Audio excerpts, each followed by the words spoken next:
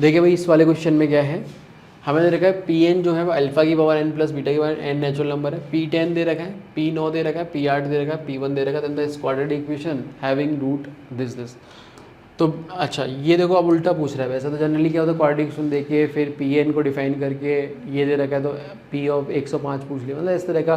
Relation characteristic equation generate कराते हैं, जिसको आप न्यूटन्स फार्मूला वगैरह भी नाम से भी कभी कभी कहेंगे, पढ़ रखा होता है।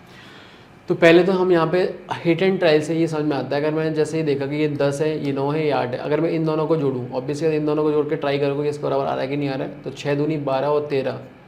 7 के बाद 123 1 2 3 1 2 3 1 2 3 बराबर हो गया, मतलब P10 जो है, देखो हिट एंड ट्रायल ऑफकोर्स, तो P10 जो है वो P9 प्लस P8 के बराबर हो ही गया, तो फिर तो बढ़िया चीज़ है।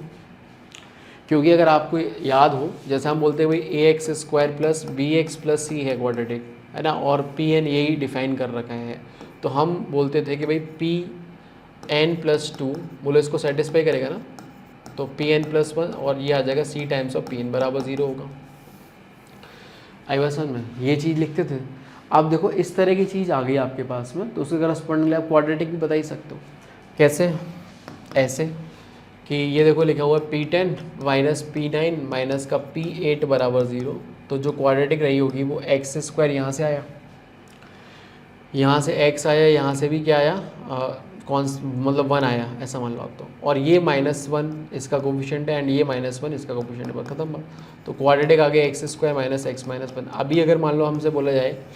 कि भाई पी एन इसको सेटिस्फाई कर रहा है ना, तो यही तो बनाओगे P N plus two minus P N plus one minus P N, और एन की वैल्यू 8 डाल दोगे तो ये रिलेशन आ जाएगी। तो यहाँ से अपन ने ये जज करा कि क्वाड्रेटिक क्या है।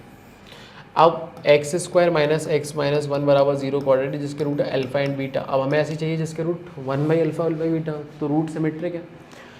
तो सिंपल एक्स को अपन ने क्या 1/y डाल दिया,